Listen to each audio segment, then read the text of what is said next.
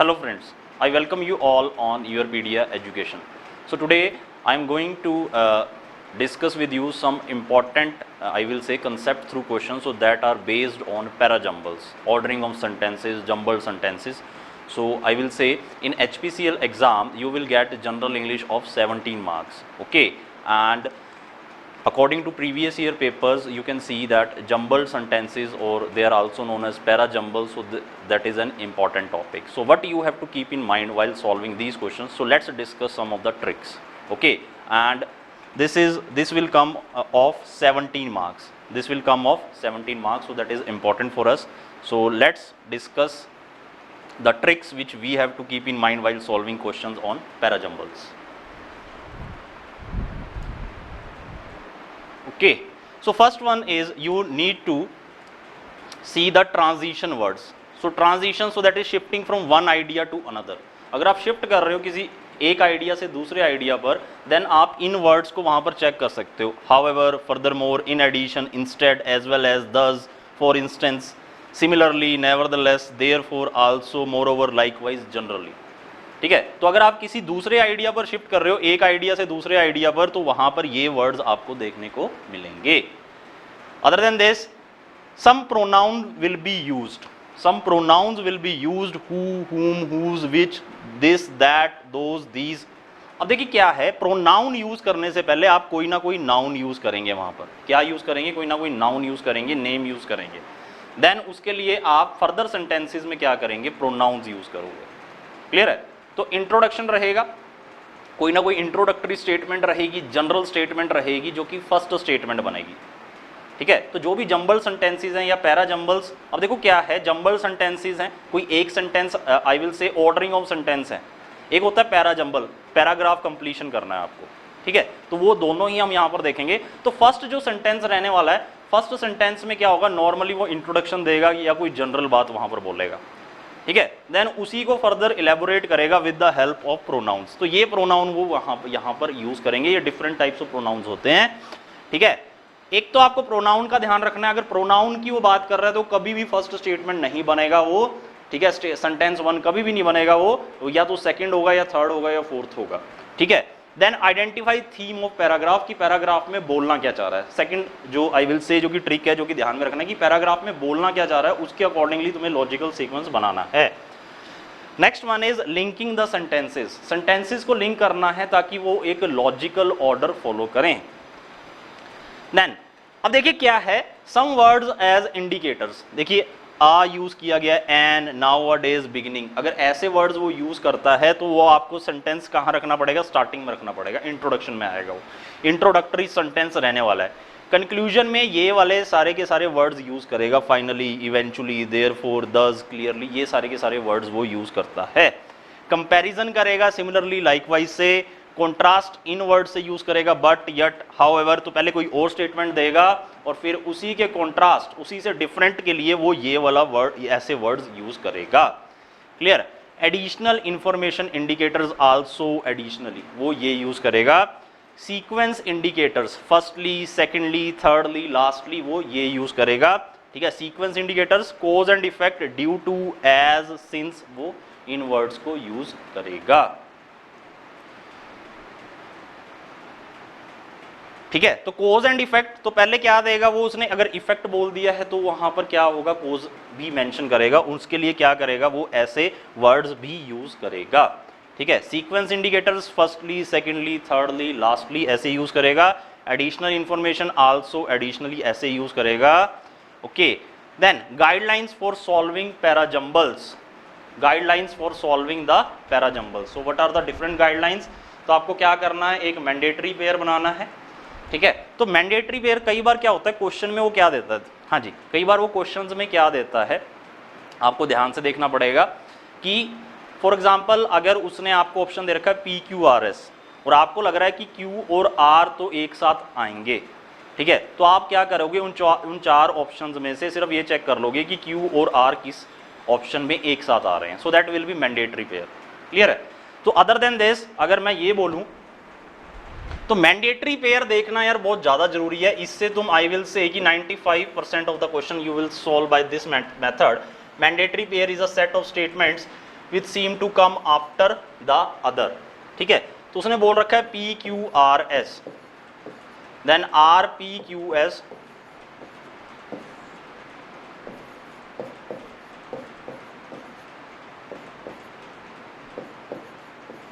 P R Q S, ऐसे उसने दे रखा है। और मैंडेटरी पेयर आपने क्या बोला कि पी और क्यू एक साथ आएंगे, आपको क्या लग रहा है कि पी के बाद क्यू आएगा ही आएगा, ठीक है। पी के बाद क्यू किस में आ रहा है, इसमें आ रहा है, इसमें आ रहा है, इसमें नहीं आ रहा, इसमें भी नहीं आ रहा, तो या तो आंसर ये होना चाहिए या ये होना चाहिए।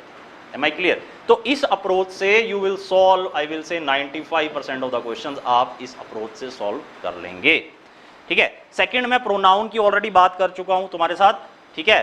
देन प्रोनाउन का वो यूज करेगा, पहले नेम, पहले वो किसी न किसी नेम का यूज करेगा, देन वो प्रोनाउन का यूज करेगा,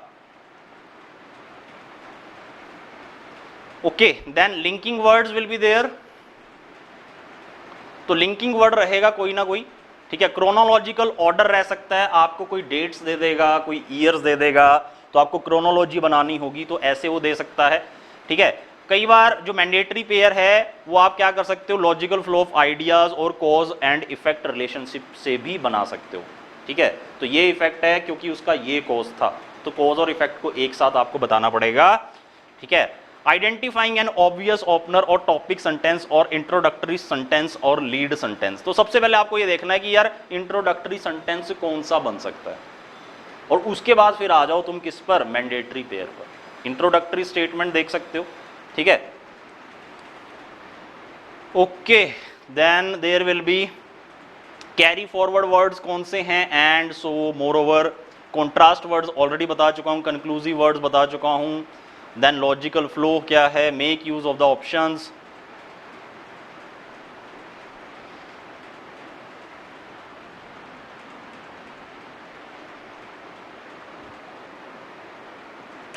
okay. Now see these type of questions. अब ये तो है completion of sentence, so this is completion of sentence, and other one is completion of paragraph. तो जो कंप्लीशन ऑफ सेंटेंस हैं इसे आप ऑर्डरिंग ऑफ सेंटेंसेस भी बोलते हो, जंबलिंग ऑफ वर्ड्स, ठीक है, rearrangement of the sentences. Second one is parajumble, so that is completion of paragraph, ठीक है। अब यहां पर आप क्वेश्चन क्या देख सकते हो, यहां पर आप ये क्वेश्चन देख सकते हो, in this type single sentence is divided into parts named with certain alphabets and then jumbled up. Now you have to find the correct sequence such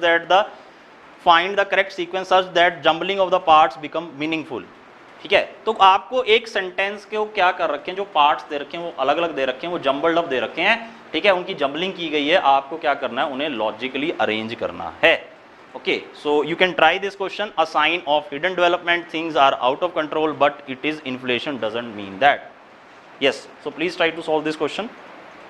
So let's do this.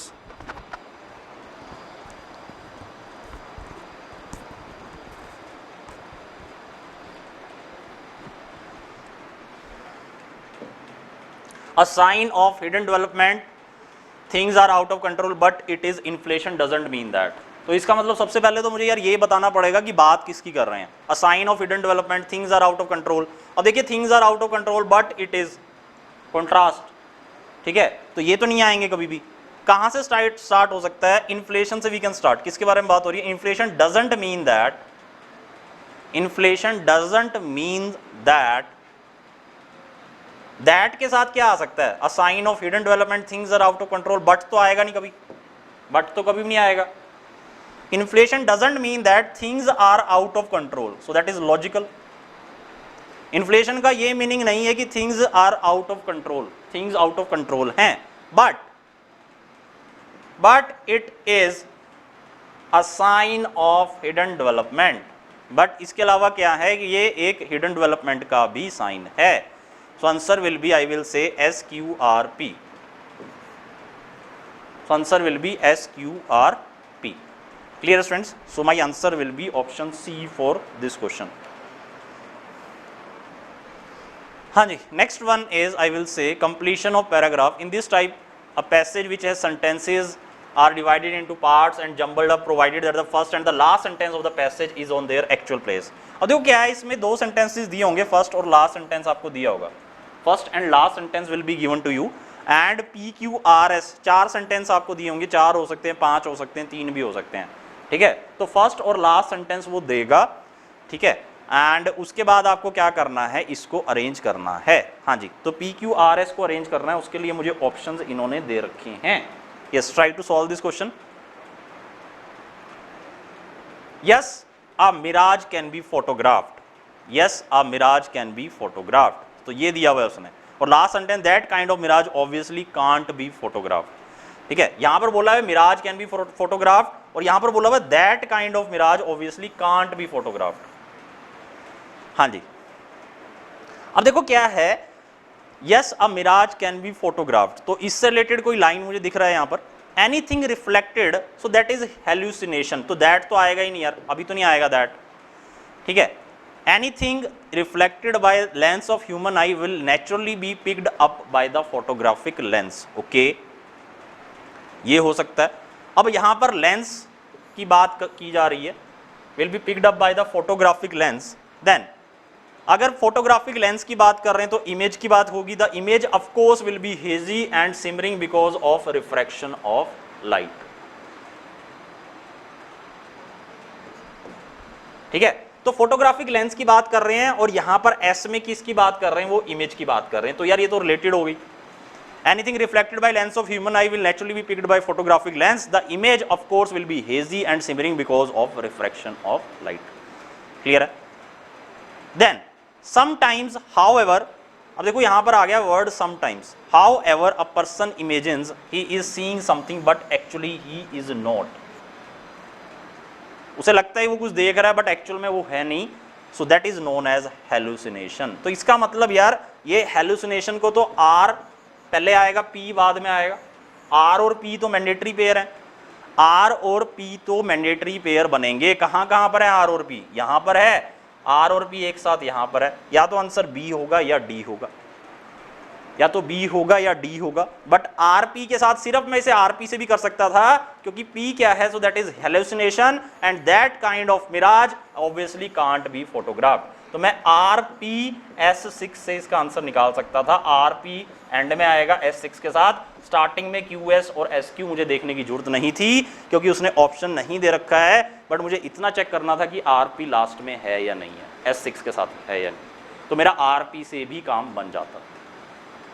Okay, so I think you must be clear with this कि कैसे करना है हमें question. अगर मैं दो sentence को भी, आई विल से चार में से दो को भी मैंडेटरी पेयर बना दूं, देन मैं एलिमिनेशन मेथड का यूज करूं, ठीक है, ऑप्शंस में, देन मैं उन क्वेश्चंस को कर सकता हूं। तो मोस्ट ऑफ द क्वेश्चंस आप ऐसे सॉल्व कर सकते हैं, अदरवाइज आप लॉजिकल सीक्वेंस जरूर बना लीजिए। क्लियर है? तो कई बार वो ऑप्शंस काफी क्लोज दे देता है, ठीक है, तो वहां पर आपको आई विल से जो थीम है पैराग्राफ की वो आपको समझ आना चाहिए कि बोलना क्या चाह रहा है। क्लियर? सो ये था para jumble. So let's practice some more questions.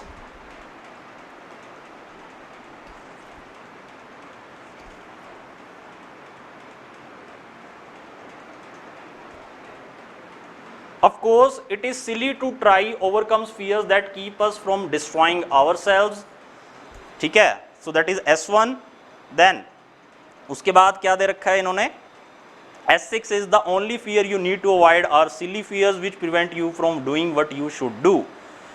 ठीक है, this is sensible. Then Q दे रखा है, you wait until it is out of the way. You need some fear to keep you from doing foolish things. You are afraid of an automobile coming rapidly down the street you wish to cross. The proper sequence should be.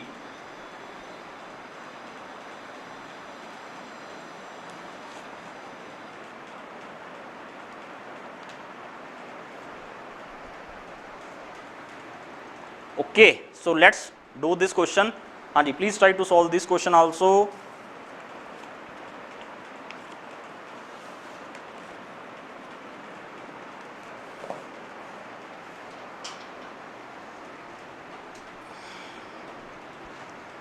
हाँ जी, next one I will say, of course it is silly to try overcome fear that keep us from destroying ourselves.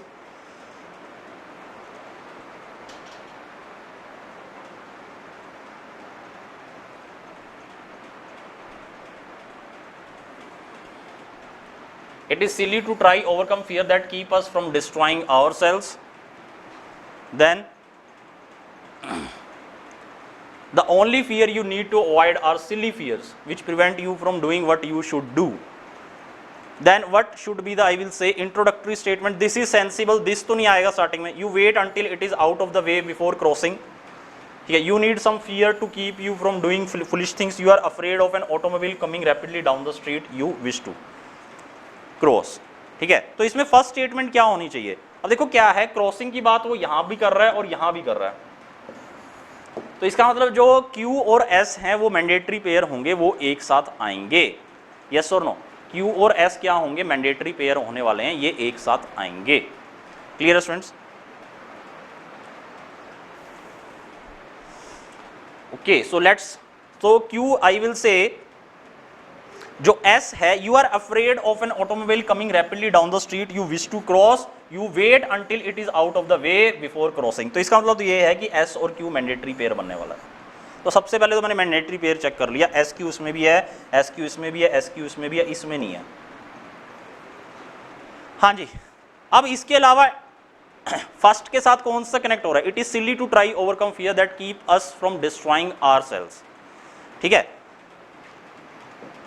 Then इसके साथ जो relate होगा, it is silly to try overcome fears that keep us from destroying ourselves, ठीक है। Then इसके साथ जो connect होगा, you need some fear, you need some fear to keep you from doing foolish things, ठीक है, आपको कोई ना कोई डर होना चाहिए ताकि आप फुलिश थिंग्स ना करें, ठीक है। देन उसके बाद जैसे उसने S का एग्जाम्पल दिया है यहाँ पर, ऑटोमोबाइल का एग्जाम्पल दिया है, देन उसने Q बोल दिया यहाँ पर, ठीक है, S और Q तो मैंडेटरी पेयर होगा, this is sensible, this is sensible कि आप वेट कर लें, तो SQP तो मैंडेटरी पेयर होने वाला है। SQP किसमें दे रखा है, मैंडेटरी, SQP इसमें है, यस इसमें है, so that is RSQP, RSQP will be your answer.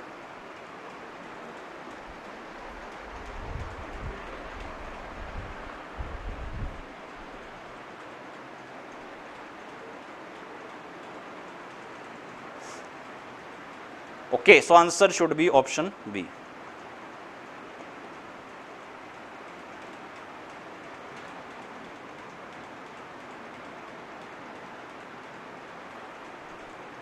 Nobody likes staying at home on a public holiday, especially if the weather is fine. It was very peaceful in the cool grass until we heard bells ringing at the top of the hill. We had brought plenty of food with us and we got it out of the car. The only difficulty was that millions of other people had the same idea. Now everything was ready, so we sat down near a path at the foot of a hill. We moved out of the city slowly behind a long line of cars, but at last we came to a quiet country road. After some time stopped at a lonely farm. The proper sequence should be,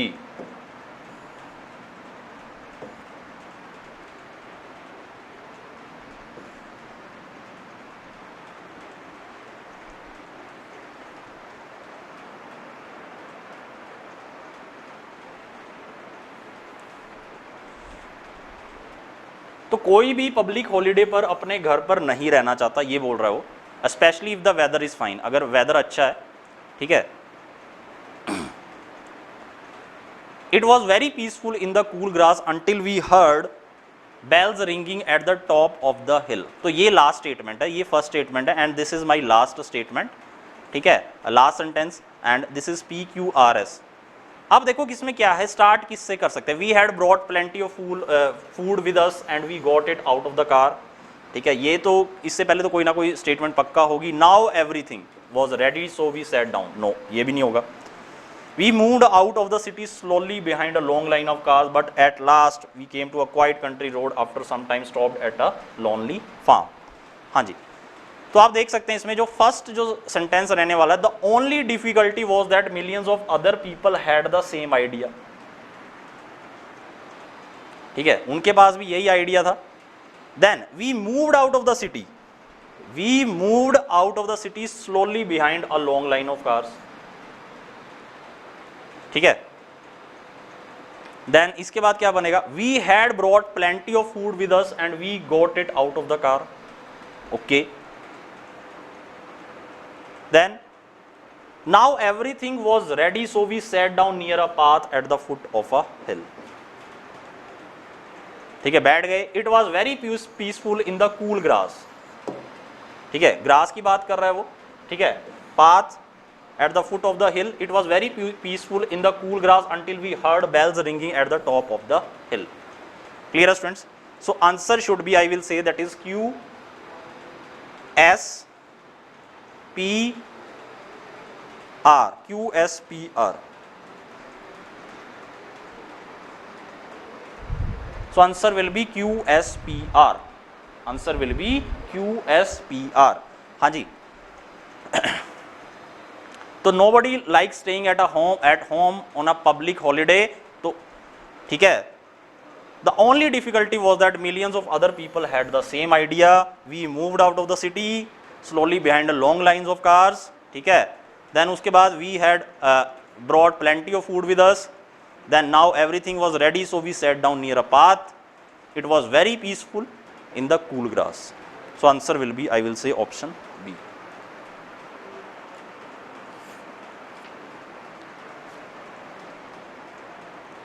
Okay, so let's discuss.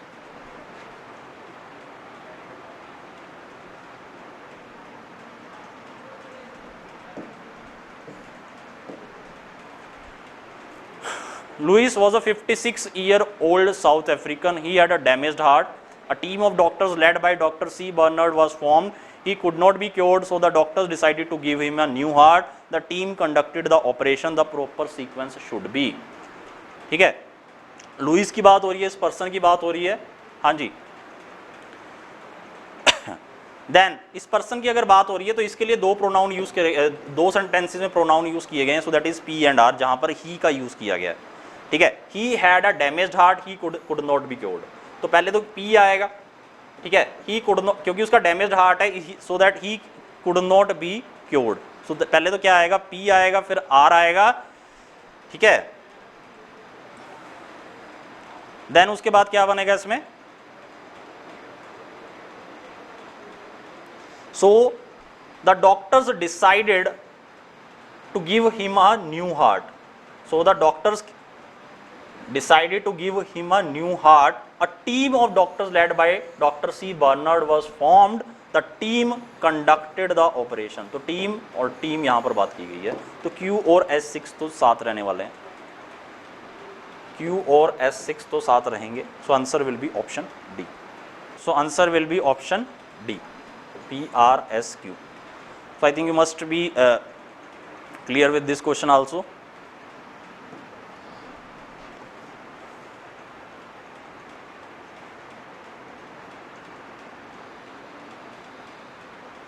Yes. Venice is a strange city. There are about 400 odd bridges connecting the islands of the Venice.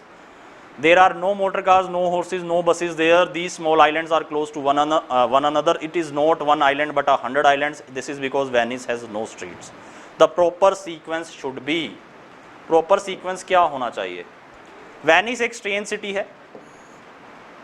ठीक है. Venice के लिए क्या use किया होगा? Further कोई pronoun use किया होगा. It is not one island but 100 islands. These small islands are close to one another. Islands की बात कर रहा है. आइलैंड्स की यहाँ पर भी बात कर रहा है, इन्हीं 100 आइलैंड्स की, ये आसपास हैं. ठीक है. Then there are about 400 odd bridges connecting the islands of the Venice. Fair islands की बात कर रहा है. There are no motor cars, no horses, no buses there. This is because Venice has no streets. तो Venice में कोई street नहीं है, इस करके आप यहाँ पर कोई मोटर कार, कोई हॉर्स और कोई बसेस नहीं देखेंगे. So answer should be, I will say that is SRPQ. SRPQ, so that is option A.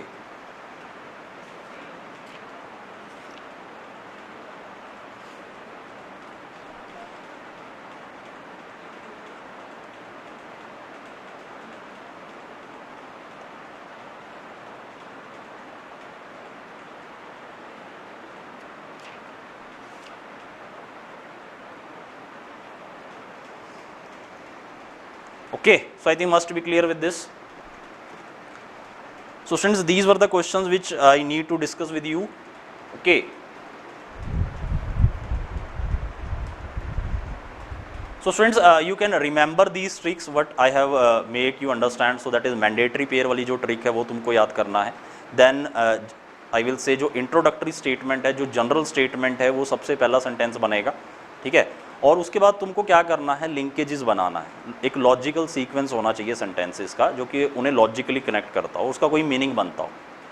Clear है? तो मैंडेटरी पेयर से आई विल से कि ज़्यादातर क्वेश्चंस आप सॉल्व कर पाएंगे। 4 में से अगर 2 सेंटेंसेस भी आप आइडेंटिफाई कर लेंगे कि ये एक साथ आएंगे, पहले ये सेंटेंस आएगा फिर ये आएगा, देन आप क्या कर सकते हैं, उस क्वेश्चन को सॉल्व कर सकते हैं। ठीक है, उसके अलावा जितने मैंने वर्ड्स यहाँ पर आपको बताए हैं, अगर तुम उनको ध्यान से एक बार देख लोगे कि किसका कौन सा वर्ड कहाँ पर यूज़ होगा, जैसे आल्सो है, एडिशनली है, ठीक है, तो वो बाद में ही आएंगे। वो क्या आएगा, जो सेंटेंस उन्हें कंटेन करेगा वो सेंटेंस बाद में ही आएगा। तो जो भी वर्ड्स इसमें यूज़ किए जाते हैं, उसके अलावा जो क्रोनोलॉजिकल ऑर्डर, जैसे मैंने बताया तुम्हें लॉजिकल सीक्वेंस बनाना है, ठीक है, तो किसी ईयर्स की बात कर रहा है, ठीक है, तो वो आपको ध्यान में रखना है। ठीक है, तो मेक श्योर मैंडेटरी पेयर का आप यूज़ करें और लॉजिकल सीक्वेंस बनाएं। ठीक है, और जो जनरल स्टेटमेंट है, जो इंट्रोडक्टरी स्टेटमेंट है, वो आइडेंटिफाई करनी बहुत ज़रूरी है। और खासकर पैरा जंबल्स में आप क्या करो, जो लास्ट में जो आपका सेंटेंस बन रहा है, आप चेक करो क्या वो लास्ट सेंटेंस के साथ लॉजिकली कनेक्ट हो रहा है या नहीं हो रहा। My clear students? So I think ये आपको समझ में आया होगा। So that was jumble sentences for us. So thank you very much, keep watching your video, thanks once again.